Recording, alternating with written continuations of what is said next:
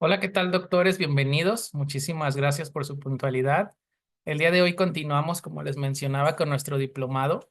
Es nuestra clase número 3 y el día de hoy es la última clase de nuestra primera ponente, que es la doctora Camila Sánchez.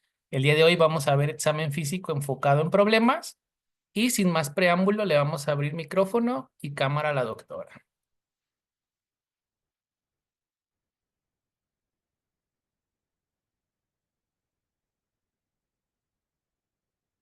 Listo, doc. Listo. Hola, ¿qué tal? A ver, bueno, Ahí está. ¿me escuchas bien? Sí, doctor, adelante. Listo, perfecto. Entonces, bueno, hoy tenemos nuestra última charla, pero en realidad que estos temas hayan sido o pueden ser muy bien aprovechados por todos ustedes, tal como hablamos en las clases previas. em, la medicina felina tiene que ser cat friendly para poder evaluar adecuadamente a nuestros pacientes, diagnosticarlos adecuadamente, hacer las monitorizaciones, los controles y por supuesto, pues que los tutores puedan regresar al ver un trato adecuado hacia sus gatos, ¿no? Una comunidad de por medio. Hoy la clase en realidad es casi un resumen de lo que hemos venido hablando, que ya es en sí la evaluación física del paciente felino. Entonces, vamos a iniciar hablando sobre lo que hemos mencionado antes, ¿no? Los gatos al romper esa rutina regular que tienen en casa, donde siempre comen a la misma hora, se desplazan en el mismo espacio, siempre se recuestan al costado de la ventana, son animales de rutina. Al llegar siempre a la clínica, pues van a generar, va a generar estrés en ellos. Entonces, antes de iniciar las consultas, siempre debemos tener todo preparado en el consultorio para evitar el flujo constante de gente, ¿no? Es decir, que el médico esté saliendo para recoger el termómetro, el estetoscopio, el tensiómetro, que entre alguien, que salga otra persona por la manta. Entonces, todo debe estar preparado previo a la evaluación del paciente, ¿no? El equipo listo, ¿ok? De acuerdo al motivo de consulta, pues quizás tengamos algunos equipos adicionales dentro del consultorio. Eh, Tiene que ser un espacio también, dentro de la preparación del entorno tenemos que considerar que el espacio tiene que ser seguro. ¿Por qué? Porque durante la evaluación el gato posiblemente pueda desplazarse durante todo el consultorio y si yo tengo pues alguna ventana abierta, la puerta abierta o un espacio completamente abierto, esto no va a permitir que el gato explore y haya riesgo de que se escape. Eh, Tienen que haber mantas y toallas por cada paciente, ¿no? Ya sea que el tutor pues las traiga desde casa, y eso lo hacemos mediante educación, ¿no? Al agendar al paciente, al solicitar la cita, podemos solicitar junto con ello que el paciente siempre traiga una manta limpia para que pueda ser utilizada durante la evaluación. Y habíamos hablado que esto era importante para que el gato se sienta cómodo, para que no se resbale, para que no esté en contacto con una superficie muy fría. Y si es una manta de casa, pues para que se pueda adecuar al olor, que lo sienta como algo familiar. ¿Ok? Entonces, una vez que tengamos esto preparado, podemos pasar con la evaluación del paciente. La estrategia siempre debe ser eh, enfocada al motivo de la consulta. ¿Ok? ¿A qué me refiero con esto? Nosotros solemos ver gatos que llegan a la clínica cuando tienen enfermedades avanzadas, ¿no? Sobre todo cuando iniciamos porque muchos tutores no están acostumbrados a poder hacer medicina preventiva. Entonces, por mi parte, les puedo comentar, nosotros, bueno, llevamos 10 años ya, entonces muchos tutores están adecuados a hacer medicina preventiva. Pero en muchos casos, cuando el tutor va por primera vez, va por un motivo en específico de consulta, ¿no? Y sabemos que el tutor de gato es un tutor diferente, ¿no? Entonces, desea ser atendido por ese motivo de consulta. Entonces, si quizás llega un gatito y está muy bajo de peso, y nosotros lo evaluamos y encontramos adicionalmente a eso que tiene mucosas pálidas, que tiene quizás una gingivostomatitis, alopecia simétrica en la parte ventral o en los miembros posteriores, y redirijo la atención hacia las otras alteraciones, muchas veces pues, puedo perder al cliente como tal porque el cliente está interesado en saber por qué pasó. Si bien todas las alteraciones suman y pueden ser la causa y el motivo por el cual el paciente ha perdido peso, siempre tengo que enfocar y dirigir las preguntas hacia la pérdida de peso como tal, ¿no? Esto es un motivo más asociado a cómo el tutor va a percibir la cita. Pero el historial clínico debe ser detallado. ¿Cuánto dura una consulta de medicina felina? Por lo general son muy prolongadas, porque los signos que presenta un gato son muy inespecíficos, ¿verdad? ¿Cuál es el motivo de la consulta? Vómitos. ¿Por qué puede vomitar un gato? Por un problema gastrointestinal, por un problema renal, si tiene cálculos en los riñones, cálculos en los uréteres, hidronefrosis, vomita. Si tiene hipertensión, puede vomitar. Si tiene hipertiroidismo, puede vomitar. Si tiene una enfermedad endocrina, puede vomitar. Entonces, si tiene pancreatitis, puede vomitar. Si tiene parásitos, puede vomitar. Hay muchísimas causas por las cuales un gato puede vomitar, ¿verdad? Entonces, es un signo completamente inespecífico. Y más allá de eso, muchas veces no hay más signos. Algunos tutores van a consulta porque el gato está raro, ¿no? Y es la única indicación que da el tutor para orientar al médico, al clínico como tal. Entonces, necesito hacer un historial médico, un historial clínico detallado. ¿Y a qué me refiero con esto? Es importante, si es la primera vez que va el paciente, conocer todo el historial. Fue adoptado de la calle, de un albergue, de la casa, hace cuánto fue adoptado, convive con otros gatos, es indoor o outdoor, tiene descarte de BIF-BILEF, cuántos descartes tiene, posteriormente a eso tuvo contacto con algún otro gato, vacunas al día, han adoptado gatos recientemente o han estado en contacto con otros gatos, qué come, siempre ha comido lo mismo, cuándo comió de comida, antes tenía vómitos, qué tan frecuentes eran los vómitos. Hay que ser muy detallista porque para lo que nosotros es normal y evidente, quizás para el tutor no lo es, ¿no? A veces pasa que vomita, no, no vomita nunca. Bueno, a veces vomita bolas de pelo, pero lo normal. ¿Cuánto es lo normal para usted? Una vez a la semana. Y eso está mal, pero para el tutor puede ser percibido como algo normal. Entonces, las preguntas también deben ser bien detalladas. Si tengo un problema urológico, no, muchas veces el principal motivo es micción fuera del arenero, el principal signo, y entonces las preguntas deben ir orientadas al enfoque médico como tal, ¿no? ¿Cuántos areneros tiene? ¿Hay algún problema de estrés en casa? ¿Con cuántos gatos convive? ¿Dónde están ubicados los areneros? Todo eso debe ser detallado en el historial clínico. Y muchas veces, cuando hablamos de evaluación física em, enfocada en el problema, muchas veces el problema es que nos olvidamos de evaluar al paciente por completo, ¿no? Entonces, muchos indican que la evaluación física enfocada en el problema es para evitar una manipulación innecesaria. Sin embargo, esto está en los consensos internacionales. Cuando un paciente asiste a consulta, tiene que ser evaluado por completo, ¿ok? Porque muchas veces vemos comorbilidades, es decir, el paciente no llega con una sola patología.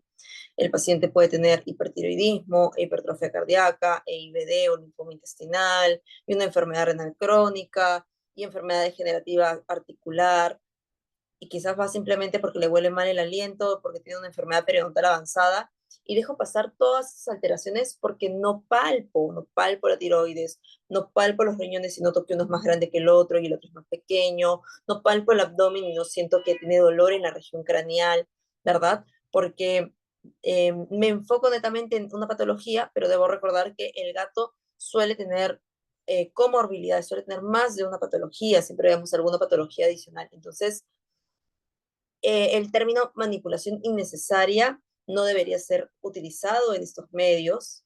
Cada vez que un paciente va a consulta o a control, tiene que ser evaluado de manera completa, rápida, sí, porque no les gusta la manipulación, pero completa. Entonces vamos a iniciar como con cada zona que hay con la auscultación torácica, ¿no? Cuando uno hace una consulta médica como tal en el paciente, tiene que tener un orden y tiene que ser repetitivo en todos los pacientes para que no se me pase ninguna parte. Entonces, generalmente, el protocolo que usamos nosotros es iniciamos en la punta de la nariz y terminamos en la punta de la cola, ¿no? Iniciamos desde la nariz, ojos, orejas, boca, cuello, columna, tórax, abdomen, miembros anteriores, miembros posteriores, palpación abdominal. ¿no? Y de esa manera siempre mantengo una secuencia y por lo tanto yo sé perfectamente que no se me pasa nada por alto porque siempre mantengo el mismo orden de evaluación en cada paciente. Cuando hago una evaluación de auscultación torácica, debo recordar que al paciente le puede asustar el estetoscopio, puede asustarle mi presencia porque no me conoces, la primera vez que me voy a acercar, está en un espacio completamente desconocido, por lo tanto la recomendación es siempre afrontar al gatito de manera desde la parte lateral o trasera, ¿ok? Para que no se sienta amenazado. Recordemos que antes de esto hicimos todos los pasos previos que hablamos el día de ayer, ¿no? El gato llega, el transportador es colocado en la mesa de evaluación, se abre la puerta, si el paciente desea salir, si no, no, pueden tener el estetoscopio cerca para que el gato lo vea, lo pueda tocar, esté más tranquilo. La recomendación es siempre iniciar por la parte lateral del tórax y luego ir hacia la parte external, pero depende del protocolo de cada uno.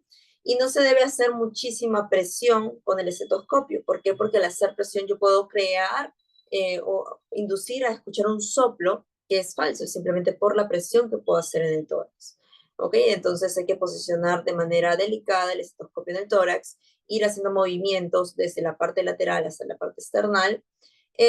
¿Y qué pasa con los gatos que son súper amistosos, que están, generalmente son los bebitos, ¿no? Están emocionados, están jugando en el consultorio, están tranquilos. Muchas veces hay ronroneo que va a dificultar la evaluación física como tal, o la ocultación como tal. Entonces, en esos casos debemos dejar la ocultación como último paso y podemos tomar algunas medidas para evitar que el gatito ronronee y poder ocultarlo adecuadamente, ¿no? Uno de ellos, por ejemplo, es soplar la nariz muy despacito sin asustar, pero cuando soplamos, pues dejan de ronronear, ¿no? O incluso, pues esperar algunos minutos a que deje de ronronear por completo. Entonces tenemos ahí a una pacientita que va a ser modelo el día de hoy. Entonces, nuevamente, ¿no? Lo que yo les comentaba ayer es que los pacientes no necesitan sujeción inadecuada, no necesitan, o excesiva más bien, porque es inadecuada, no necesito tenerlo en porrito, envuelta entre las mantas, ella se puede desplazar, está en una superficie cómoda, las mantas tienen cierta porosidad que evitan que ella se resbale, puedo auscultarla sin ningún problema, ¿verdad? Ella se deja, no está ronroneando, se posiciona de la manera que quiere, ahí ya está un poquito incómoda, podemos ver la expresión corporal, empieza a mover la cola como en azote, ¿no? Pero de todas formas, pues le hacemos cariño, le hablamos, la tutora puede estar presente, para que podamos terminar de evaluar por completo. ¿Okay? Y siempre al final reforzamos con algún estímulo positivo, Pausa. un churito, algún premio, porque la gatita se dejó. En la evaluación de cabeza y cuello es súper importante, ya que encontramos muchísimas alteraciones. Dentro de ellas, una de las enfermedades más frecuentes que vemos son la gingivostomatitis, las enfermedades periodontales. Entonces, aprender a abrir la boca del gato es lo más importante dentro de medicina felina, sin hablar de los cuerpos extraños que se pueden encontrar debajo de la lengua, las lesiones orales que se pueden encontrar en procesos respiratorios virales. Entonces, para evaluar la cabeza y cuello, el gato debe estar relajado, ¿no? Obviamente, pues en un paciente extremadamente agresivo es muy complicado, aunque es posible, muchas veces ellos solos abren la boca, ¿no? Pero en los gatitos, como la paciente que vimos hace un momento, pues lo ideal es primero palpar la cabeza, tocar el cuello despacio, en esas zonas principalmente, ya que se encuentran ahí pues las feromonas como tal y les puede gustar ser acariciados en esa zona. Posteriormente, pues, posicionar la cabeza hacia arriba con mucho cuidado, lo vamos a ver ahora, para poder abrir la boca lentamente. Cuando evalúo las orejas, debo revisar cada una. Si es que hubiese algún tipo de secreción inadecuada, utilizamos un otoscopio. Se debe evitar nuevamente, igual que en la evaluación previa, en la ocultación, no debo estar posicionado frente al paciente como tal, sino de manera lateral o por la parte trasera e ir evaluando desde ese punto. Siempre evitando el contacto directo de ojos, ¿no? Porque puede ser percibido como una amenaza para el gato y puede atacar en ese momento. E igual cuando evalúo fondo de ojo, lo hacemos desde un ángulo lateral, ¿no? Para evitar el estrés. Todo depende de cada gato, ¿no? Evidentemente, Esparza es una gatita que está acostumbrada a ir al veterinario, de hecho, pero la hemos acostumbrado nosotros, ¿no? Y los tutores como tal. Eh, y junto con la evaluación de cabeza y cuello debe ir la evaluación oral, ¿no? Justamente lo que comentábamos. Hay que tener en cuenta que muchos gatos tienen muchas enfermedades en la cavidad oral y esto es muy doloroso, ¿no? O sea, por más que ellos no lloren, sigan comiendo, es muy doloroso. Entonces, cuando empezamos a evaluar la boca, iniciamos uno con el olor. Generalmente tienen halitosis, tienen un aliento muy fuerte, podemos ver secreciones salivales alrededor de la boca o incluso en el cuello. Iniciamos suavemente acariciando y luego vamos levantando los labios para poder evaluar y exponer los dientes hasta donde el gato se deje. No debemos coger el pelaje y tirarlo hacia atrás porque eso genera dolor y no se va a dejar. Eh, y se debe, claro, posponer la evaluación en caso el paciente sea agresivo asociado al dolor, ¿no? Es decir, que no se deje evaluar. ¿Por qué? Porque está muy estresado, tiene muchísimo dolor, va a atacar, va a morder, incluso a veces intentamos evaluar y vemos secreción purulenta, sangre, entonces tenemos que pausar, podemos mandar un analgésico previo o sedar al paciente en caso sea necesario para poder hacer la evaluación completa de la boca. Entonces, nuevamente con esparcita, ¿no? Lo primero que hacemos es evaluar la cabeza, le vamos acariciando, ella se deja, iniciamos con los ojos, abrimos ambos ojitos para ver que todo esté ok. No lo hacemos directo, sino desde lateral. Las orejas igual, evaluamos rápidamente. Y al evaluar los dientes, nuevamente, vean, yo no cojo el pelo y lo tiro hacia atrás, simplemente levanto suavemente los labios para evaluar por completo la boca. Y siempre debemos abrir la boca. Esto como lo hacemos, si ustedes ven, lo que yo hago es llevar la cabeza hacia arriba. Miren, llevo la cabeza hacia arriba, hacia atrás, y ahí abre casi sola la boca. Te lo voy a poner.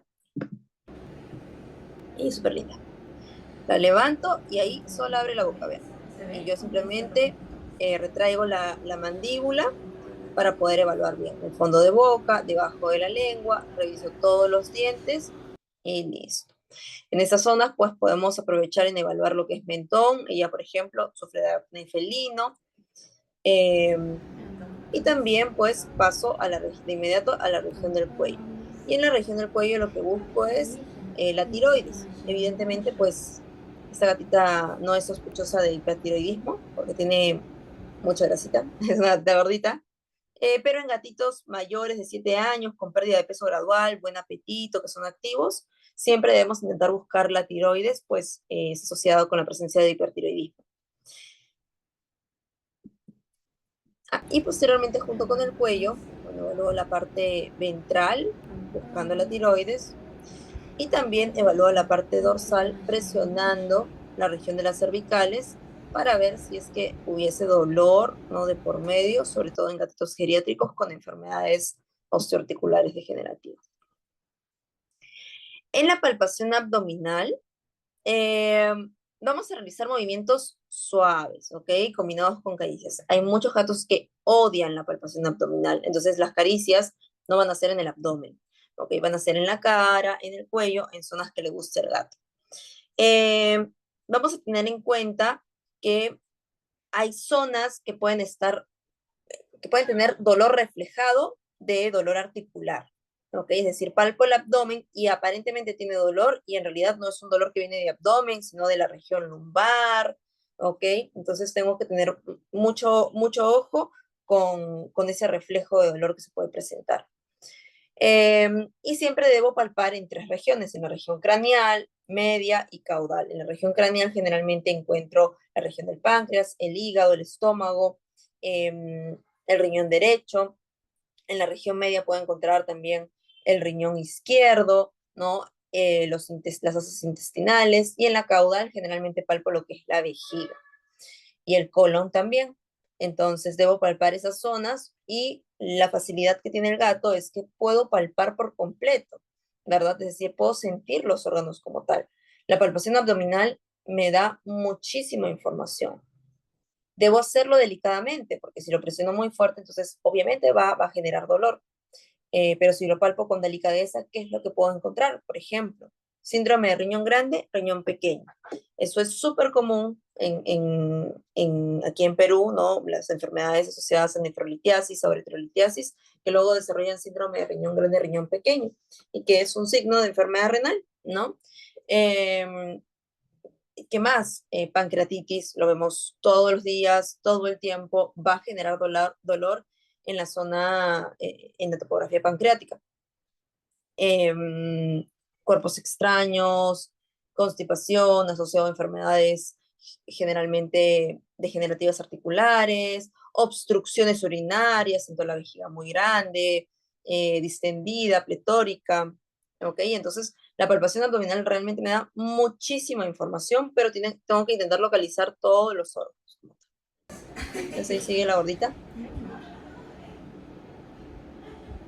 Entonces, vamos palpando. Ella se deja, miren cómo se deja palpar, la hago despacio igual, se deja palpar sin ningún problema. Ahí ya empezamos a ver una alteración que lo vamos a conversar después. Pero ella se deja palpar todas las regiones del abdomen sin ningún problema porque no presenta dolor. Vamos a ver cómo se desplaza. Y ahí empezamos a ver una alteración, no sé si ustedes lo notan. Las evaluaciones son muy rápidas, imagínense. En Espasa vamos evaluando ya la cabeza, los ojos, las orejas, la boca, el cuello, la región cervical, ya le hemos ocultado, hemos pasado por palpación abdominal. Esto toma muy poco tiempo, ¿no? Muy poco tiempo. Pero tenemos que tener buen ojo en todo el paciente, ¿no? En ella, en esta imagen como tal, veo una alteración, ¿no? Más allá de la obesidad, veo una alteración marcada que no es normal en un gato. ¿Qué pasa con las zonas dolorosas? ¿No? Pues uno tengo que dejarlas para el final o evaluarlas después del uso de analgésicos. Muchas veces viene el paciente por primera vez y te comenta, ¿no? Ya no salta, no se está desplazando muy bien, tiene ojeras. Entonces uno empieza a pensar en enfermedades degenerativas osteoarticulares. Y muchas veces el dolor es tan severo que el paciente es hasta agresivo durante la evaluación, obviamente porque le duele. Entonces, en esos casos, no vamos a forzar al paciente para que se deje tocar, evaluar, hacer radiografías, no, porque tiene dolor. Lo que hacemos es lo mandamos a casa con analgésicos y retornan después para continuar con la evaluación complementaria, con los exámenes complementarios de imágenes generalmente. Pero además dejamos estas áreas dolorosas al final. Si el tutor te comenta, presenta cojera de uno de los miembros, no vas a revisar de inmediato el miembro afectado, ¿verdad? ¿Por qué? Porque va a ser un estímulo negativo para el gato y entonces no se va a dejar evaluar más. Hacemos un recordaris de que el 70% de gatos mayor de 3 años desarrolla enfermedad dental, ¿no? Tanto gingivostomatitis como enfermedades periodontales. Y muchas veces revisarle la boca es extremadamente doloroso. ¿Ok? Entonces también en estos pacientes necesitamos dar algún tipo de analgésicos, terapias antiinflamatorias o incluso sedarlos para poder evaluar por completo la boca. La columna y las extremidades las dejamos para el final, ¿no? Sobre todo en pacientes geriátricos, pero siempre las evaluamos en consulta para ver si es que hay alguna zona que esté generando dolor. Siempre hay que ir evaluando cada extremidad e individualizar cada extremidad en la historia clínica del gato. Ok, al estirar el miembro anterior derecho, hay retracción de inmediato, el paciente bufa, genera dolor en la palpación.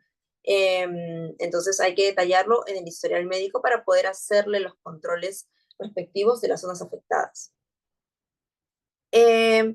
También durante la anamnesis que hemos comentado que tiene que ser completa, tomar especial atención en traumas previos que pueda haber tenido el gato, ¿verdad? Es decir, si el paciente presentó, por ejemplo, una fractura en el miembro, en el fémur en derecho, y tuvo alguna complicación en la recuperación, muchas veces los pacientes tienen o sensibilidad o también mucha incomodidad al ser palpados simplemente por el antecedente que tuvieron la experiencia negativa como tal, ¿no? De haber pasado por ese trauma, y por lo tanto debemos tener mucho cuidado al palpar esos miembros, ya que pueden atacar a los pacientes.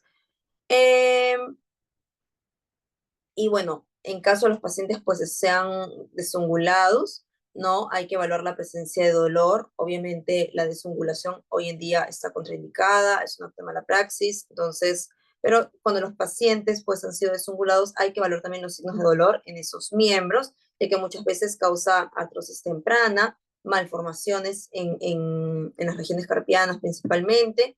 Entonces aquí está esparcita.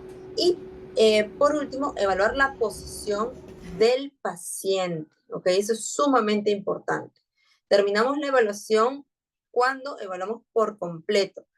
Algunos gatos no se desplazan en consultorio, pero algunos otros sí, o por lo menos están parados en la mesa, como Esparza. Entonces, yo veo esta imagen y claramente ella no tiene una posición normal, ¿verdad?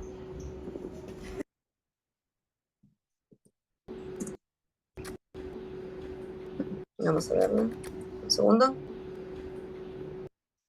¿A ustedes les parece que este andar plantígrado es normal en un gato? No lo es, ¿verdad? Paciente con obesidad, con posición plantígrada del miembro posterior, ¿podría ser alguna alteración en ligamento? Podría ser, pero también, por ejemplo, de inmediato pienso en diabetes, ¿no? Entonces, siempre estar atentos por completo a toda la evaluación del paciente. Esa gatita lo único que tiene son vómitos, ¿no? Entonces, evaluar por completo al paciente. Y bueno, ese es Esparza desplazándose en consultorio. Si es que el paciente lo permite, debe poder desplazarse para poder observar si es que hubiese algún tipo de cojera o alguna alteración en el andar del paciente. En domicilio muchas veces esto es más sencillo porque el paciente puede desplazarse mejor sobre la mesa, sobre el mueble, y podemos ver si es que hay signos de enfermedad degenerativa osteoarticular.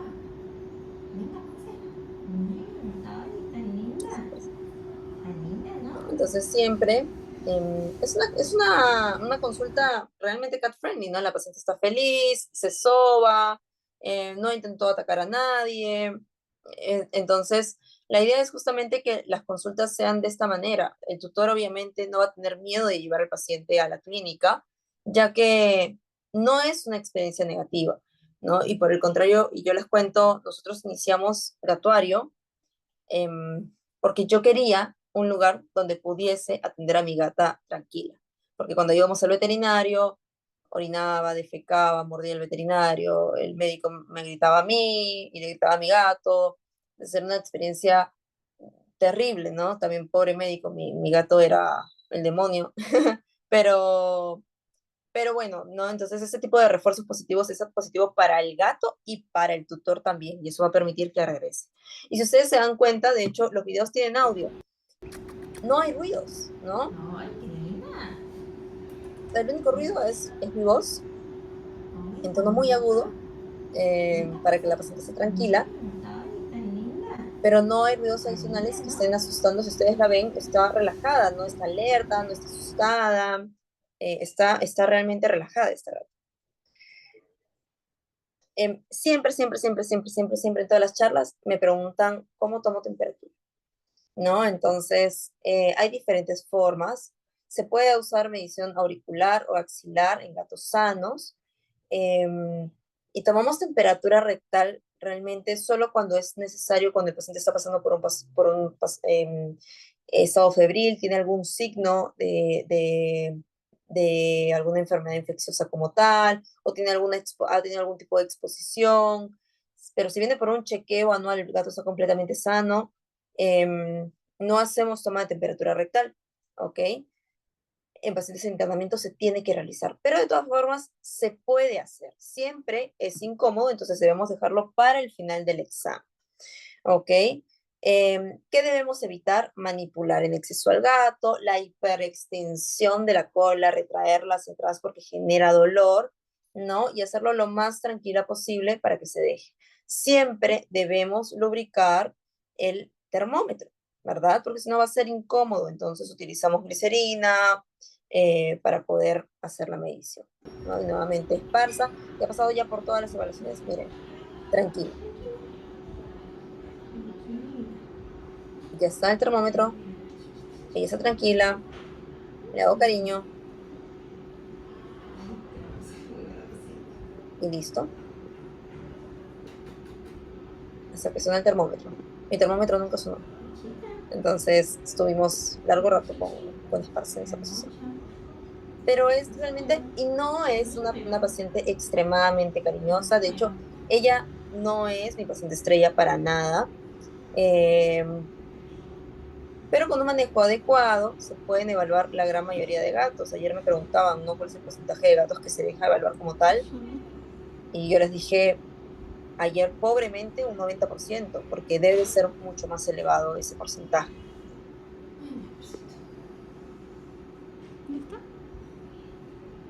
Y se ejercita, se deja, siempre refuerzos positivos. Creo que no suena. Parece que no. Ujú. Mucho tiempo ya. Listo. Y Esparza nunca me intentó atacar, no intentó huir, nada, estuvo completamente tranquila. Pueden utilizar churu, premios en estos momentos, ok, para que los gatitos se dejen. Ya ahí con la evaluación del peso y la condición corporal. Todo debe ser amigable para el gato, o sea, el gato tiene que hacerlo voluntariamente. Ese es el objetivo, el goal en lo que es manejo cat friendly, que el paciente se deje. Entonces, colocar la balanza en un espacio donde el gato quiere estar, atraerlo mediante premios, mediante un churu. Miren este gatito, por favor, ¿no? Está sobre la balanza. Yo no estoy viendo para ver si se escapa o no. La balanza está posicionada en un espacio elevado, no está a nivel del piso, no son las balanzas de perros, es una balanza pediátrica, de hecho, ¿no? Y el paciente, sin ningún problema, pues no le tiene miedo, sino que se soba, el tutor tranquilo, feliz atrás, ¿no? Entonces, siempre utilizamos incentivos y pensamos en la comodidad del paciente, incluso para algo tan sencillo como es el peso del paciente. Y en todas las consultas y en todos los controles se monitoriza si es que el paciente ganó 100 gramos, perdió 50 gramos, no porque no es normal ese cambio de pesos en el paciente que no está sometido a dieta.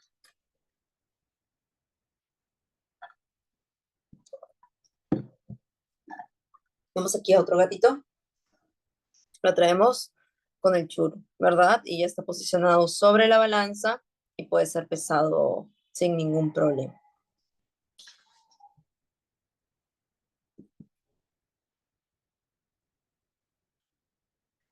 Las evaluaciones de gatos siempre deberían ir acompañadas con medición de presión arterial. ¿Por qué? Porque la hipertensión es una enfermedad silenciosa que mata, ¿ok?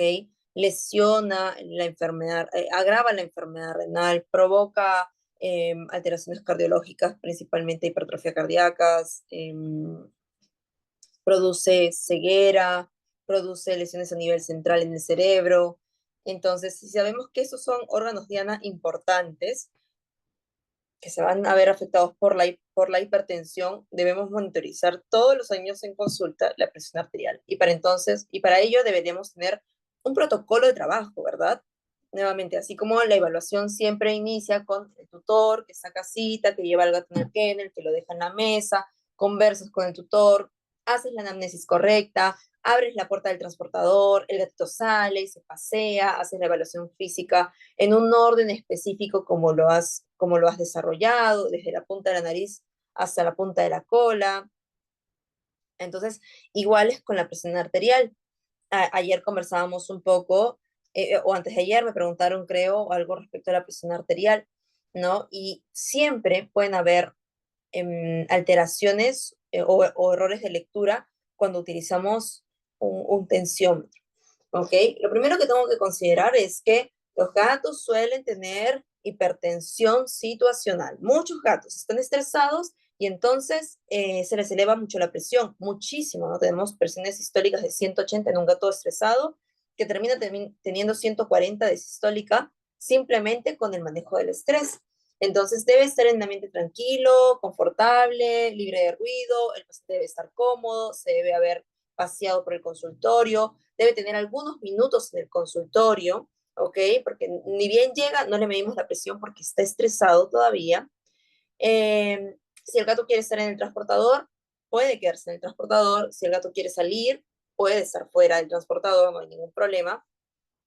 Y que el gato esté posicionado como desee. Si quiere estar de cúbito lateral, lo dejamos así. Si quiere estar sentado, no hay ningún problema. Y adicionalmente a eso, se debe elegir siempre un sitio de medición, ¿ok? Entonces, si a Esparza le medimos siempre en la base de la cola, entonces siempre en todos los controles se hace la medición de la presión arterial en la cola. No lo hacemos en miembro anterior, no lo hacemos en miembro posterior. ¿Por qué? Porque el cuerpo es asimétrico, ¿ok? Entonces, las venas y arterias que están en el miembro anterior derecho no son del mismo calibre que las del miembro anterior izquierdo, ni de los miembros posteriores, ni de la cola. Va a haber una variación en el calibre de esos vasos sanguíneos y eso, por supuesto, va a interferir con la presión arterial. Entonces, si hoy yo le mido en miembro anterior y la próxima semana le mido en cola, no puedo hacer un comparativo, ¿ok? Voy a estar controlando inadecuadamente, ¿ok? Puede incrementarse o disminuir la presión y no por el tratamiento que enviaste, sino simplemente porque son venas perdón, arterias de diferente calibre. Y adicionalmente a eso, la posición de, bueno, ya han comentado que van a tener un taller práctico con la doctora Sara, presencial, pero el tensiómetro influye muchísimo, ¿no? La marca del tensiómetro, la velocidad con la que mide presión y por supuesto el posicionamiento del tensiómetro. El tensiómetro no puede estar por encima ni por debajo de la altura de la medición, ¿no? Del paciente. Es decir, si yo lo mido en una mesa, el tensiómetro tiene que estar a la misma altura, porque si no, se ve afectado. ¿Qué más? El manguito debe ser más o menos un tercio, entre el 30% aproximadamente, del diámetro del miembro donde voy a realizar la medición, ¿ok?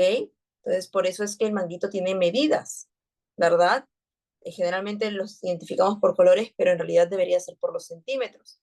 Entonces, los gatitos, un gato que tiene un miembro anterior, por ejemplo, ¿no? De un diámetro grande, como podría ser un Maine Coon, no va a necesitar, no va a usar un mango igual al de un gatito que pesa 2,5 kilos, que está delgado, un paciente geriátrico, de raza mestiza, ¿verdad? ¿Por qué? Porque entonces va a influir también en los resultados de la presión. Hay que elegir el manguito adecuado. Y la zona que voy a medir debe estar a la altura del corazón. Entonces, por eso generalmente yo mido siempre en la cola, es una rutina para mí, siempre lo hago. No tengo fallo en los controles porque siempre mido en el mismo lugar, todos mis pacientes se les mide igual, y siempre está a la altura del corazón, entonces me da una valoración adecuada.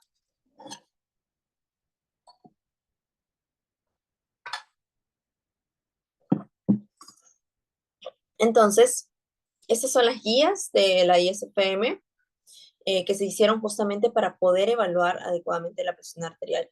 De hecho, esto es como una recomendación que se da frecuentemente, quizás en los últimos 3 o 4 años, con el incentivo de que todas las consultas pet-friendly deberían incluir medición de presión arterial, porque es una enfermedad silenciosa que está matando muchos gatos, ¿no? ¿Por qué la mayoría de gatos tienen problemas renales? Porque muchos tienen hipertensión no diagnosticada, ¿no? Y les damos alimento renal, y les damos medicamentos, y todo, y vitaminas, y todo lo que quieran, y la enfermedad renal progresa rápido, porque no controlamos la presión arterial. Entonces, estos charts, estas guías, fueron desarrolladas justamente para, uno, incentivar la medición de presión arterial, pero se dieron cuenta de que no se hacía adecuadamente, ¿no? Es decir, pasaba esto, yo medía hoy día en el miembro anterior, venía mi compañera Pepita y le medía en la cola, venía mi compañera Juanita y le medía en el miembro posterior, entonces no había un orden adecuado y se estaban diagnosticando o subdiagnosticando igual las hipertensiones porque no se medían de manera adecuada. Entonces, estas tablas estuvieron hechas para poder imprimirlas, dárselas al dueño, guardarlas en el historial del paciente, ¿verdad? Entonces, siempre debemos indicar cómo está posicionado, bueno, uno de los datos de los pacientes, ¿no? En qué fecha se realiza el control, cuál era la edad del paciente, el sexo, la raza, todo para poder identificar adecuadamente al paciente. ¿En qué posición se realiza la medida inicial? ¿El paciente está sentado? ¿El paciente está parado? ¿El paciente está de cúbito esternal? ¿El paciente está de cúbito lateral? ¿O cómo está posicionado el paciente? Posteriormente a eso, ¿dónde está ubicado el manguito? ¿Está ubicado en algún miembro anterior, en algún miembro posterior o en la cola? Esos son los 5 lugares donde se hacen las mediciones de presión arterial. ¿Qué equipo se usó? ¿Verdad? ¿Fue un equipo de marca, alguna marca específica? ¿Fue una medición tipo Doppler? ¿Qué número de manguitos se utilizó? No, habíamos dicho que hay diferentes tamaños de acuerdo al diámetro de la región donde se esté midiendo la presión. ¿Dónde se hizo la medición de presión? ¿En qué localización? ¿Ok? Se le hizo en el cuarto de consultorio, se le hizo en internamiento. ¿Y quién lo realizó? Y es que esto es operador dependiente, ¿no? Entonces, en algunas clínicas grandes, lo que se suele hacer es se asigna a una persona que se encargue de las mediciones de presión arterial del gato. ¿Por qué? Porque yo mido la presión diferente a todos ustedes, ¿verdad? Quizás yo estoy apurada, entonces solamente hago 3 mediciones por paciente y me apuro y quizás estoy más estresada y molesto al gato y quizás alguno de ustedes pues es mucho más paciente y se toma la calma de hacerle cariñito antes, y pone música, y trata al gato diferente, o tiene una buena relación con el gato porque ya lo conoce tiempo. Y entonces quizás conmigo el gato salga hipertenso y contigo salga normal, ¿ok? Entonces debe realizarlo también, debería ser siempre el mismo operador. Indicar si hubieron, o cómo estaba el gato, si estaba estresado o relajado, ¿verdad? Si estaba nervioso, si estaba agresivo, si estaba agitado o estaba completamente relajado. Hacer más de una medición, generalmente, como les digo, ¿cuándo debo dejar de hacer mediciones? Cuando las mediciones son similares, ¿no? Entonces, si yo tengo 153, 155, 152, 154, son muy similares, ¿no? Entonces ya con 4 mediciones, 5 mediciones es suficiente, ¿no? Si me sale 180, 170, 160, yo no hago un promedio de eso, porque eso no es un promedio real, ¿verdad? Evidentemente al inicio estaba estresado, por eso salió en 180 y por eso ahora ya va en 160. Entonces sigo haciendo mediciones hasta que me marque el valor mínimo y con un valor similar. Y bueno, primero la presión sistólica y luego los valores de presión media. ¿Ok? Entonces siempre para hacer una consulta cat-friendly deberíamos incluir lo que es medición de presión. Y nuevamente intentar invertir en un equipo que sea confiable, que sea sensible. Los gatos se van a mover la cola, van a mover la pata, no se van a quedar estáticos. Entonces invirtamos en un equipo que nos pueda ayudar a valorar esto. Aquí unos gatitos, tienen ese gatito, comiendo su churu, mientras tiene el manguito aquí en la colita, ¿ven? Y aquí atrás está el medidor de presión, yo estoy lejos porque me odia, pero está su tutor ahí, y el gato se deja medir sin ningún problema, con su mantita, ¿verdad? No quiere que le baje la caja, yo le respeto, lo dejo ahí. Este es otro paciente, ¿no? Que es un paciente geriátrico, que también en la mesita, está tranquilo, no le gustan las mantas.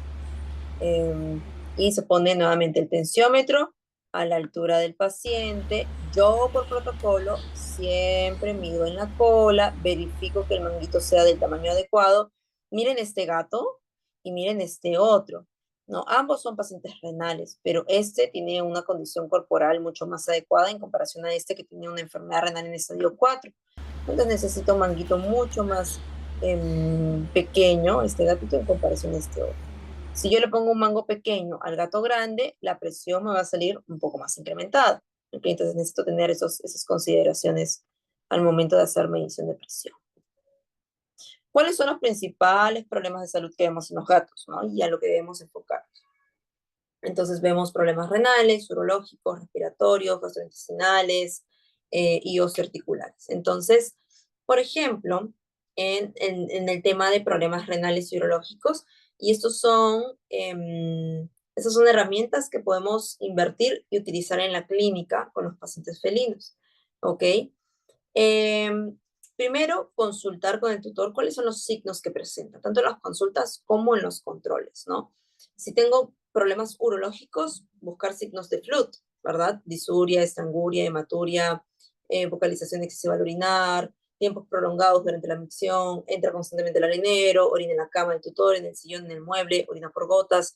Todos los signos deben ser evaluados y reportados en la historia clínica, ¿no? En el caso de problemas renales, hay polidipsia, hay poliuria, ve que toma mucha agua, ve que los charcos de orina son mucho más grandes en comparación al resto de gatos de casa, ¿verdad? Son signos que nos van a orientar a que este paciente puede presentar alguna enfermedad renal o de vías urinarias bajas.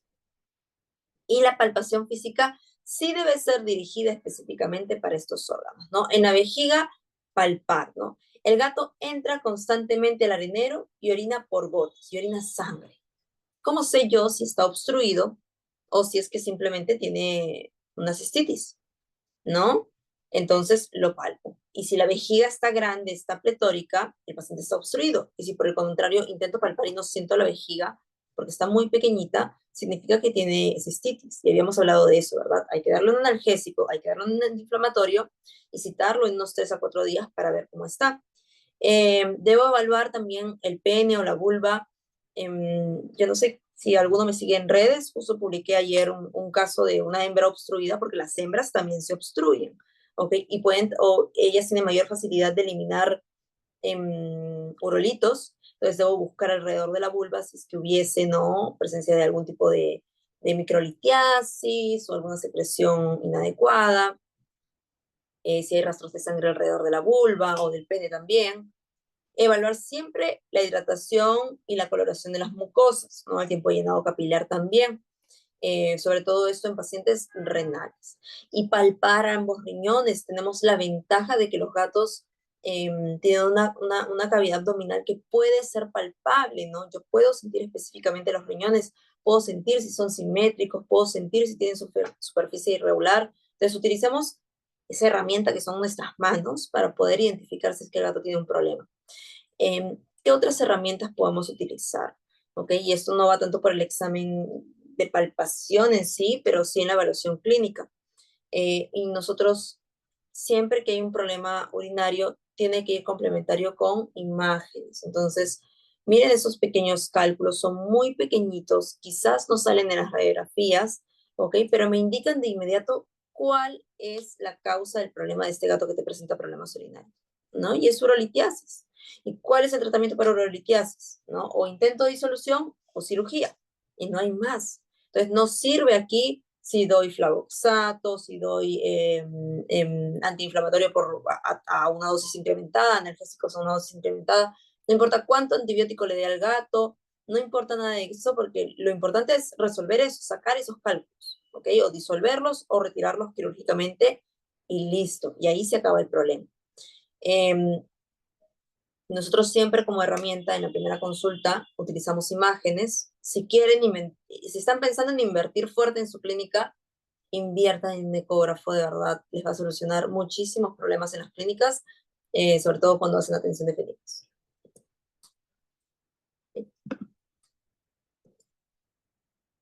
Igual evaluamos las características del paciente como tal, ¿no? Vemos pacientes renales con hipocalemia, ¿verdad? Vemos esta ventroflexión de cabeza y cuello. Pueden ser otras enfermedades, patologías endocrinas, patologías osteoarticulares, claro que sí, ¿no? Pero sabemos que no es una condición normal y generalmente va asociada con la deficiencia de potasio, ¿no? Entonces, netamente es observar al paciente.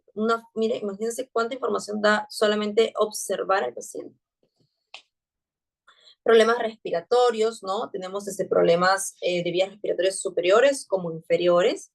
Y la evaluación clínica me va a orientar al diagnóstico.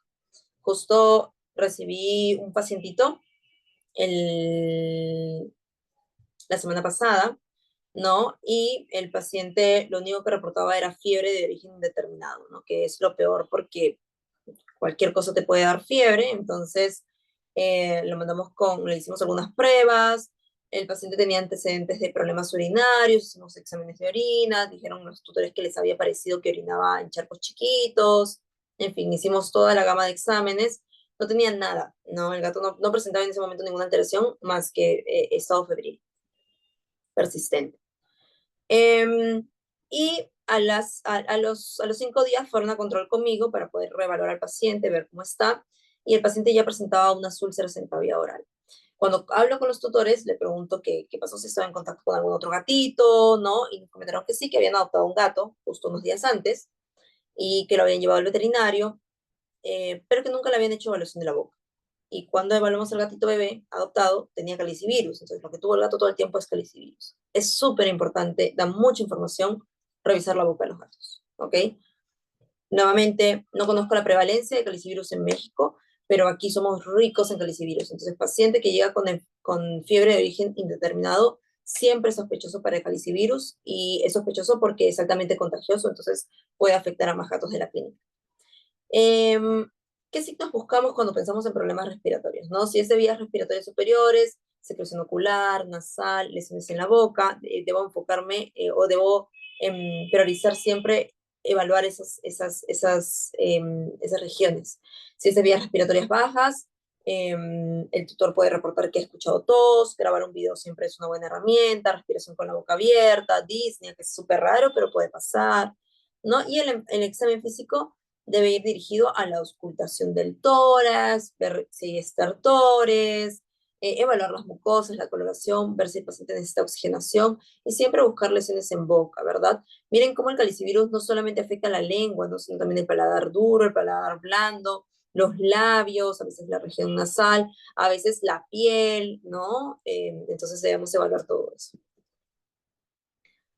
¿Qué hay de las enfermedades degenerativas osteoarticulares? Y aquí punto para los que hacen consultas a domicilio, porque evaluar estas enfermedades en casa es mucho más sencillo. Y para aquellos que hacemos clínica, pedir a los tutores que graben es lo mejor, ¿no? ¿Por qué? Porque entonces podemos ver si un paciente no puede subir con facilidad una altura tan pequeña y antes lo hacía, ese es el principal indicativo de enfermedad degenerativa articular. Entonces, eh, sabemos por estadística que a partir de los 7 años los pacientes empiezan a desarrollar no solamente enfermedad renal, sino también este tipo de enfermedades degenerativas.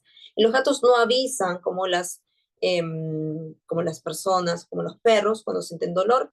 Entonces debemos ver que las características de desplazamiento, ¿no? ¿Qué puede reportar el tutor? Si es muy evidente, si la lesión es muy severa, ya hay cojeras, pero muchas veces es dificultad para saltar, necesitan apoyarse en algo para poder subir alguna superficie, piensan más al momento de saltar, ¿no? Porque muchas veces hay dolor asociado.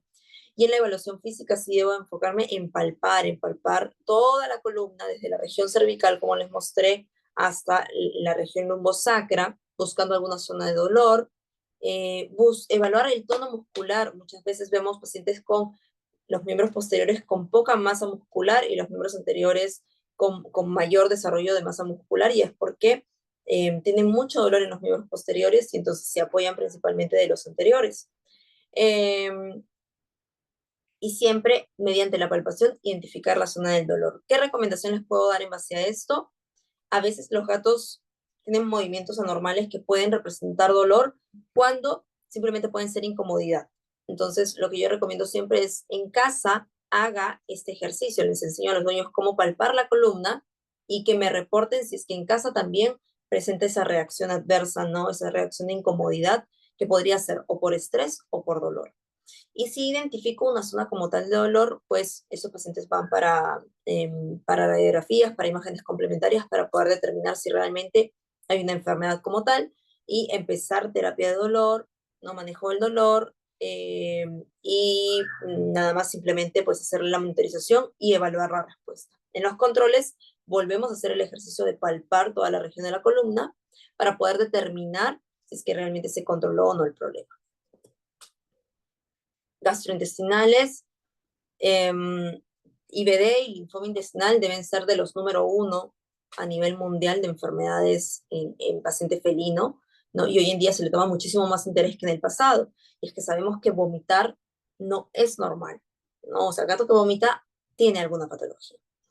¿Qué signos puede reportar los gatitos con enfermedad gastrointestinal? Generalmente los tutores vienen a consulta porque perdió peso, presenta vómitos. ¿Qué tan frecuente vomita? Algunos vomitan todos los días, pero algunos vomitan cada 3 semanas, que tampoco es normal.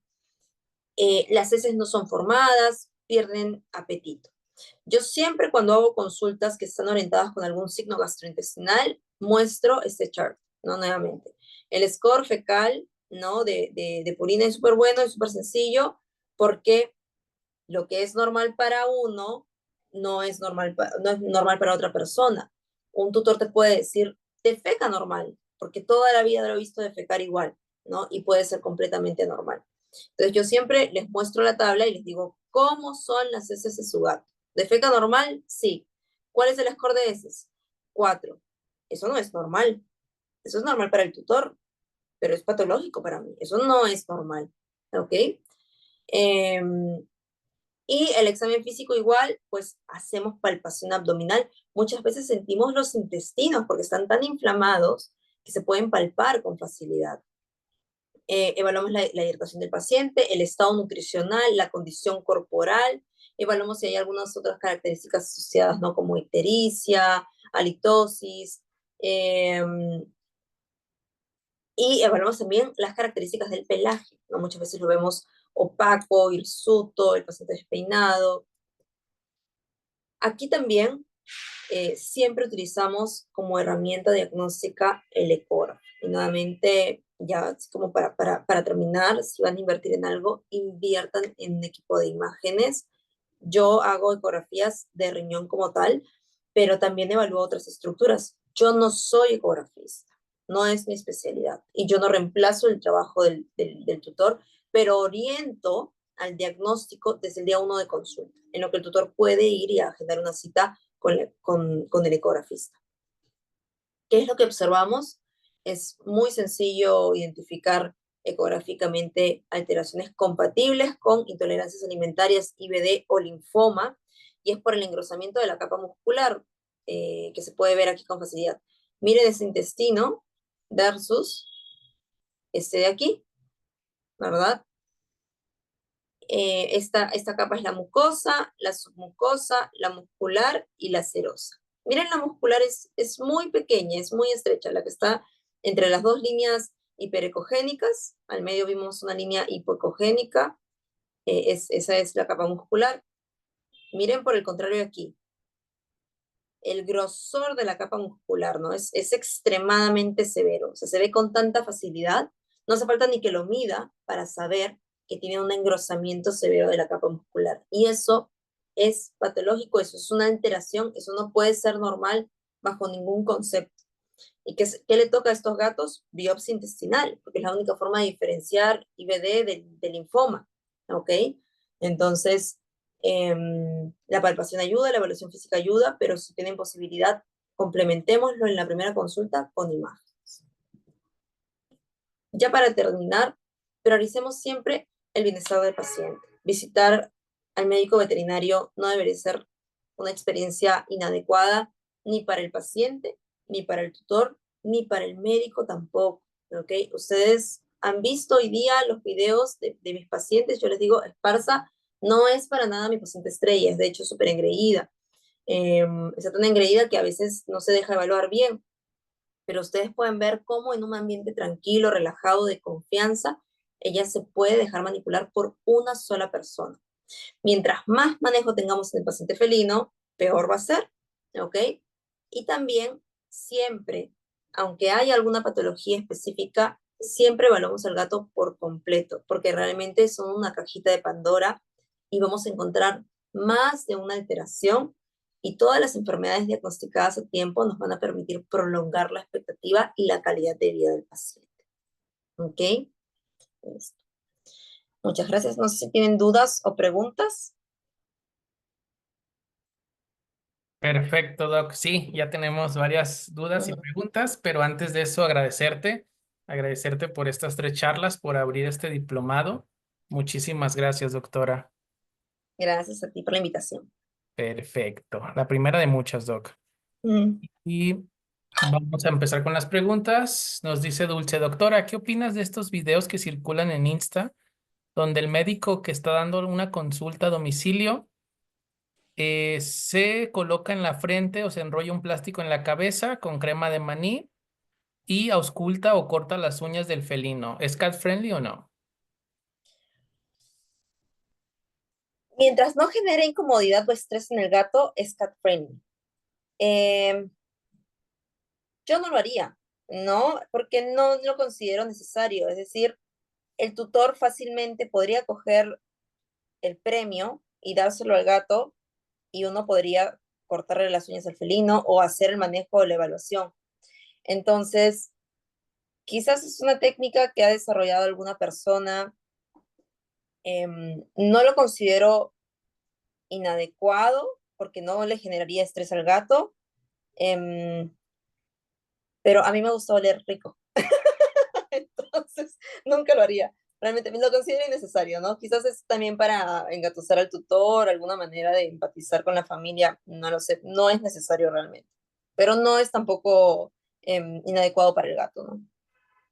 Perfecto, doc. Ahí nos preguntan, doctora, en gatos agresivos que no se dejan ni tocar, pero se necesita hacer su examen, ¿se opta por sedar para hacerlo? Por ejemplo, en gatos que odian que les toquen la pancita y no sé si se quejan de dolor o por enojo. Ajá, sí, justamente ayer hablábamos un poquito sobre eso, siempre iniciamos con gabapentina. Antes de la primera consulta, los dueños prueban la gabapentina en casa con el gatito, ven cómo les va, cuál es la dosis adecuada, luego los llevan a la clínica con gabapentina, y si es que no se dejan, los sedamos. Ahora, ¿no? Manejo cat friendly para que el gato se deje sedar. Ayer veíamos un video de cómo sacábamos de yugular incluso, de los miembros anteriores, con el dueño presente, o sea, sin que el gato luche, nada, porque tiene que estar tranquilo. Han visto en Esparcito también, en la gatita que mostrábamos, ella está relajada todo el tiempo. Entonces, si está en una situación de estrés, aunque le den toda la gabapentina del mundo, no va a funcionar, ¿no? Entonces, tiene que ser el manejo adecuado. Perfecto, doc. ¿Qué tan confiable es tomar la temperatura auricular? Es muy confiable, realmente, ¿no? O sea, no lo utilizamos en pacientes críticos, no lo hacemos así, pero sí, yo les digo, hagan la prueba, ¿no? Hagan la prueba con sus gatos, también la axilar, como mencioné, y hagan el comparativo con sus termómetros para ver cuál es la diferencia entre la temperatura periférica y la rectal. Y sí, sí lo hacemos, ¿no? O sea, sí, sí es confiable. Perfecto, doc. También nos preguntan, doctora, ¿cuál es el Ay, se me movió porque llegó una. Antihipertensivo de elección en gatos y su dosis? Amlodipino es la de elección, ¿no? Iniciamos siempre con la dosis más baja, que es 0,625 miligramos. Eh, y debemos recordar que el amlodipino, o sea, por ejemplo, cuando enviamos amlodipino, ¿no? Llega el paciente a consulta por primera vez, medimos presión, todo cat friendly, pero quizás el gato igual es estresado porque es la primera consulta. Y me sale hipertenso. Depende de la severidad, ¿no? Si la hipertensión es severa, o sea, por encima de 180, lo tratamos. Pero si está en el rango entre 160 y 180, generalmente programamos otra evaluación. Y volvemos a medir y vemos si es que realmente el paciente es hipertenso o no, para poder recién empezar a medicar, porque muchas veces la hipertensión es situacional y estamos medicando a un paciente innecesariamente. Entonces ahí iniciamos con la dosis más baja, que es el amlodipino a 0,625. Eh, y cuando decidimos incrementar la dosis, de 7 a 14 días después, porque el efecto es gradual, no es de inmediato, o sea, va a ir bajando paulatinamente la presión arterial. No puedo citarlo al día siguiente para volver a medir e incrementar la dosis de inmediato. Perfecto, doc. También nos preguntan, buenas noches, doctora. ¿Existe alguna contraindicación en utilizar vaselina para la lubricación del termómetro previo a a la medición de temperatura rectal? No, pueden usarlo. No hay ningún problema. Perfecto. ¿Cuál sería el tiempo prudente entre cada medición de presión arterial? Son continuos. Generalmente incluso los equipos algunos equipos tienen esa opción, ¿no? Es continuo, uno tras otro, es decir, no es que pausa, no pausamos. Al contrario, como para que el gato se familiarice, mantenemos el manguito, el gatito a veces entra a su jaulita, se queda ahí y medimos una y otra y otra y otra y otra y todas son continuas. Perfecto. Doc, ya entrando un poquito en polémica, aunque no nos paguen, pero ¿prefieres otro que no sea el Sontech o el Sontech te gusta o hay otro equipo que te guste por allá en Perú? Em, ay, pobre. Yo me gusta mucho Santi. O sea, ¿cuál sería mi siguiente opción? Sería medición de Doppler. Eso es, de hecho, ese es el gold estándar, ¿no? Ok. Entonces, eso sería lo ideal. Yo no lo hago, ¿por qué? Porque en mi equipo médico somos casi 40 y es operador dependiente. Entonces, yo no me puedo asegurar que los 40 midan adecuadamente con el equipo Doppler. Entonces, usamos el oscilométrico, que en este caso es el Santec. Eh, y a mí me va muy bien con el Santec. He probado otras marcas, que no me acuerdo qué marcas son. O sea, en algún momento queríamos tener varios equipos de medición para internamiento porque tenemos varios gatos internados y compramos unos equipos de estos que son, no sé, son más económicos. Para mí fue dinero perdido porque demora mucho en medir. En cuanto se mueve el gato, pierde sensibilidad. Entonces, me parece una buena inversión Santec en gatos. Perfecto. O si trabajas solo, con los equipos Doppler. Muy bien. Sí, te lo pregunto porque salió un equipo que solo mide la presión, que no sé si sea este del que estamos hablando. Es amarillo generalmente o verde. Está muy de moda. El costo es súper menor, pero solo mide presión y no he escuchado, comparándolo con Suntech, no he escuchado buenas referencias. Claro, o sea, yo también me pasó lo mismo. O sea, es que los gatos son complicados. Quizás en perros funciona mejor. No lo sé, porque los perros a veces son más fáciles de manejar, ¿no? Pero el Ok. gato se mueve. O sea, no es imposible mantenerlo quieto. Y realmente yo tengo ahí los equipos para donar, porque nunca los uso. Literalmente fue dinero perdido para mí. Perfecto. Doc, nos preguntan, ya lo mencionaste un poco, pero ¿cuál es el protocolo que realizas cuando detectas hipertensión en un gato? Eso, nunca lo medico a la primera, a menos que tenga crisis hipertensiva, que entonces se queda internado, porque tiene riesgo de ceguera o de un accidente cerebrovascular. Em, pero en pacientes que están con una hipertensión moderada, los volvemos a citar, les volvemos a hacer mediciones, aseguramos que sea hipertenso, eh, e iniciamos con el amlodipino a 0,625, lo mantenemos durante, en promedio, 10 días, hacemos el control de los 10 días, vemos si incrementamos la dosis o no, de acuerdo al estatus del paciente, y posteriormente pues seguimos monitorizando, ¿no? Al mes, a los 3 meses, luego los mantenemos cada 4 o 6 meses. Perfecto, Doc. Ahí nos preguntan, ¿qué recomiendas para la disolución de los cálculos? Depende, ¿no? Recordemos que en gatos el tipo de cristales que encontramos en la orina no necesariamente coincide con el tipo de urolito que presenta. ¿Por qué? Porque los gatos son gatos, entonces nos quisieron complicar la vida. Entonces, en esos casos lo que hacemos es, intentamos disolución siempre, dependiendo de la característica del paciente, pero en la gran mayoría siempre intentamos disolución mediante alimentación, incremento de consumo de agua, eh, tomamos muestra de orina, hacemos urocultivo, nos aseguramos que no haya infección urinaria asociada, y si no la tratamos a la par también.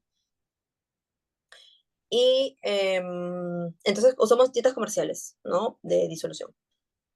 Y posteriormente evaluamos a los 14 días, siempre medimos el diámetro, vemos si hay algún tipo de disminución en el diámetro, si es que hubo alguna mejoría, mantenemos el alimento, pero recordemos que los cálculos pueden ser mixtos, es decir, por la parte externa podrían ser de estrobita y en la parte media de oxalato de calcio. Entonces igual volvemos a evaluar para ver si es que llega a disolver por completo.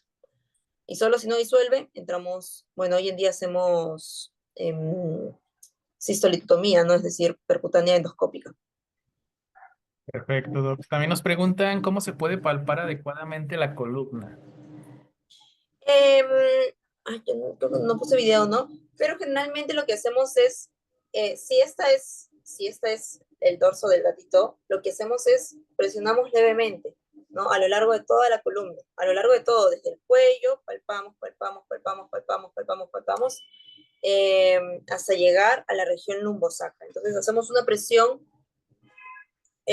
considerable, es decir, tiene que haber presión, ¿ok? Tiene que haber presión. No presionamos fuerte como para hacerle daño, porque obviamente pues, se va a asustar, no se va a dejar, pero sí una presión considerable para poder sentir si es que en algún punto de la columna, haciendo todo el recorrido continuo, hay algún tipo de dolor. Perfecto. Doc, también te preguntan si cuando envías gabapentina en casa envías algo para el vómito. No, porque vomitan sus gatos. Muy bien, déjame ver si nos contesta la doctora Nicole y por lo pronto la doctora Angélica nos dice muchas gracias doctora por compartir su conocimiento con nosotros.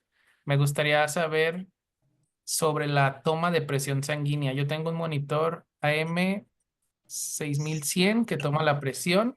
¿Podría explicar un poco más sobre cómo realizarlo en la cola? ¿Hacia dónde debería estar la parte del sensor? Sí, ¿qué equipo dijo que tenía? Perdóname. AM 6100.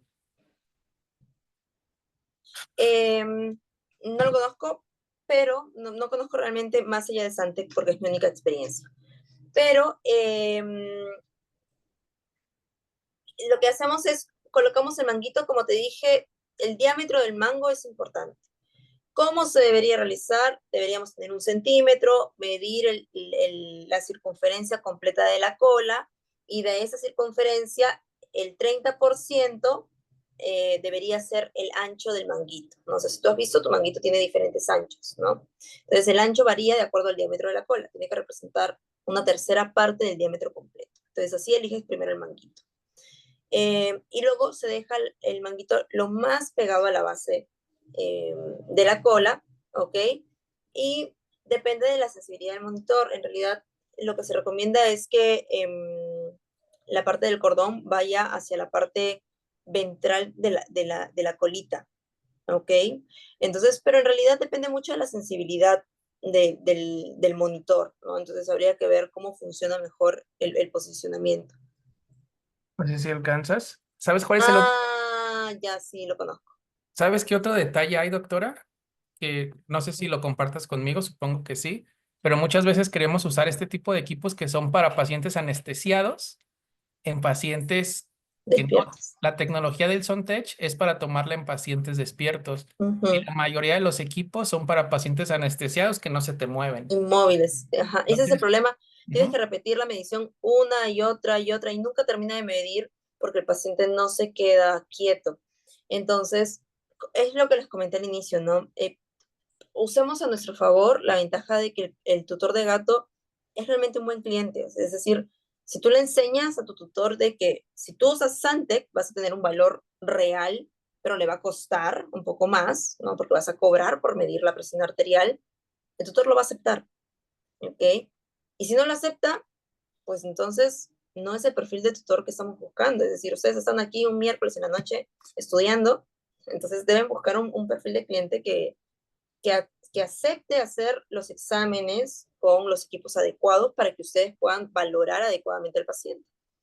Entonces, habría que ver, ¿no? ¿Cuál es la sensibilidad? Cada uno sabe también cómo manejarlo, porque quizás tus pacientes son un amor y no se mueven y te funciona y te va bien y está bien, ¿no? Pero en la mayoría de gatos, pues hay que buscar equipos que sean mucho más sensibles para poder valorarlos adecuadamente.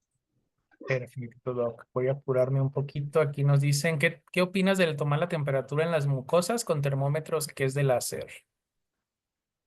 Ah, nunca lo he realizado, sinceramente, pero nuevamente, ¿no? Habría que hacer el comparativo, ¿no? Si ustedes tienen equipo láser, tomen intrarrectal, tomen de mucosas en los pacientes internados y vean cuál es la diferencia, ¿no? También Mariana nos pregunta si cualquier termómetro auricular pediátrico de humana funciona o hay alguno de uso veterinario. Los de humanos Ujú. funcionan. Perfecto. Yo uso los veterinarios porque miden más rápido algunos, ¿no? Ok. Entonces, en un periodo más cortito da una medición, pero también se pueden usar los de humanos. Y bueno, hablando de los equipos, nos preguntan que si no fuera Sontech, ¿qué equipo prefieres o preferirías, doctora? Aprender a hacer Doppler. Ok, muy bien. Y Axel nos pregunta, Doc, ¿qué opinas del uso de diazepam y nisergolina para relajar la uretra en pacientes obstruidos. Eh, ya no usamos diazepam hace ya mucho tiempo porque tenemos otros protocolos, ¿no? Entonces, realmente no te podría decir si me ha funcionado o no, porque nunca lo he utilizado dentro de mis protocolos, pero lo que necesitamos es que el paciente esté bien relajado, y eso lo conversamos el primer día un poquito, ¿no? Que estamos acostumbrados a relajar la uretra para empujarla con el catéter y desobstruir al gato, y eso está mal, ¿no? Es con la hidropulsión que aquello que está obstruyendo, que generalmente es un cálculo, va a regresar a la vejiga. Entonces, lo que necesitas es que el paciente esté anestesiado, no esté sintiendo dolor, y utilizar la hidropulsión para regresar aquello que esté obstruyendo a la vejiga y poder sondear sin hacer ningún tipo de presión ni nada similar. Perfecto, Doc. Ya las últimas 4 preguntas para terminar. Doc, ¿ha usado Roguatinets para la disolución de cálculos? ¿Y es útil usar estos medicamentos si presentan cálculos a nivel de riñón? Yo he usado Robotinex, sí, y hasta ahora uso. Es un poco controversial. No lo uso para disolución, no. Lo uso para cálculos en uréter, no en uréter tampoco. Y en mi experiencia me ha ido bien, ¿no? Pero sé muy bien, pues, que pues, hay otros fármacos que están más, pues, que son más conocidos, el uso de la tamsulosin, no funcionan milagrosamente, necesitas complementar la terapia con analgésicos, ¿no? Con incrementar la diuresis para que funcione. Pero sí me ha ido bien, lo he utilizado y me parece muy seguro. Y la doctora comenta que sí le han vomitado gatitos cuando da gabapentina, Doc. Mm, Eh, Mira, yo no tengo ese tipo de reportes, pero en humanos pasa, ¿no? Dicen que la gabapentina genera como náuseas. Entonces, lo que te podría recomendar es uno que lo des encapsulado. Yo generalmente, nosotros lo usamos encapsulado. No mandamos los de uso humano tampoco, que los cortas y se los das oral, sino que mandamos a dosificar específicamente para gatos. No sé si hay marcas comerciales allá en México que vendan gabapentina, pero aquí lo que hacemos es reformular todo casi. perfecto. Por acá sí tenemos, pero es de 100. Al gatito le toca muy poco. No, pero Déjame. de 100 para evaluación previa a la consulta está bien, no das una vez incompleta, sin partir ni nada. Muy bien, Doc.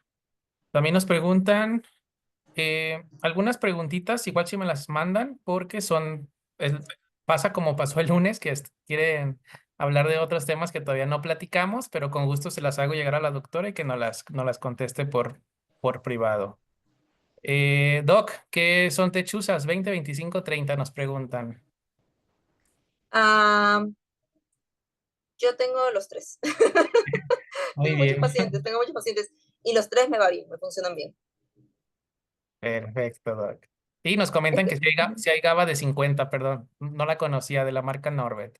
ujú, ¿Qué tan frecuente es la presentación de vómitos posteriores a la administración de Roguatinets, Doc? muy bajo.